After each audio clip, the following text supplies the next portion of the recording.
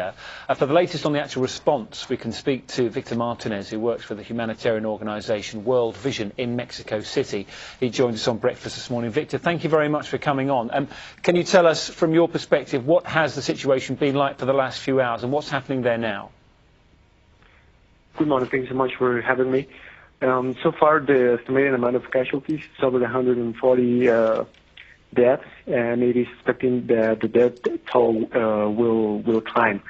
The government has confirmed that several children have died in school, primary school, in the southern part of Mexico City.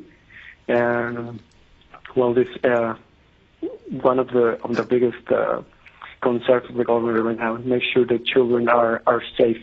Right now, as we're wishing, we have organized a group of volunteers to provide support to establish shelters and mobilize tools that are required right now to continue the rescue efforts. We are coordinated with local authorities and other aid agencies to provide a rapid and coordinated response. And what's the situation like outside at the moment? I know it's very early in the morning there now, but we're hearing from some of the other people we're speaking to in Mexico City and surrounding areas that there have been thousands of people on the streets. We can see pictures now of many people trying to get to survivors who might be trapped under other buildings. Yes, that is correct. Once again, Mexican population is showing their solidarity. Citizens from different neighborhoods in the city decided just to volunteer and help the rescue efforts.